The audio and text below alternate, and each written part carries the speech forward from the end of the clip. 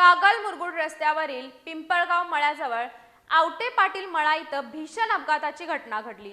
भरधाव ट्रकनं दुचाकीला पाठीमागून जोरदार धडक दिल्यानं दुचाकीवरील महिला ट्रकच्या चाकाखाली चिरडली गेली।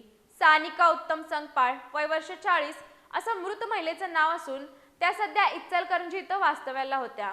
त्यांचं मूळ गाव कसबा वाळवे आहे। कागल मुरगुड रस्त्यावरील पिंपळगाव मळ्याजवळ आवटे पाटील मळा इथं भीषण अपघाताची घटना घडली। पोलिसांकडून मिळालेल्या माहितीनुसार फिर्यादी उत्तम मारुती संगपाळ वय वर्ष 48 राहणार इचलकरंजी हे आपल्या पत्नीसह आपल्या दुचाकीवरून क्रमांक MS09 ES 1909 इचलकरंजीहून आपल्या मूळ गावी कसबा वाळवे इथं जात होते। त्यांची दुचाकी कागल इथं पिंपळगाव मळ्याजवळ आली असता पाठीमागून येणाऱ्या भरधाव ट्रकनं क्रमांक MH29 BD 9732 त्यांच्या दुचाकीला भीषण धडक दिली। ही धडक इतकी जोरदार होती की सानिका संगपाळ या दुचाकीवरून थेट ट्रकच्या चाकाखाली फेकल्या गेल्या। ट्रकचे चाक अंगावरून गेल्यानं त्यांचा जागीच मृत्यू झाला। या अपघातानंतर परिसरात मोठी खळबळ उडाली असून वाहतूक काही काळ विस्कळीत झाली होती।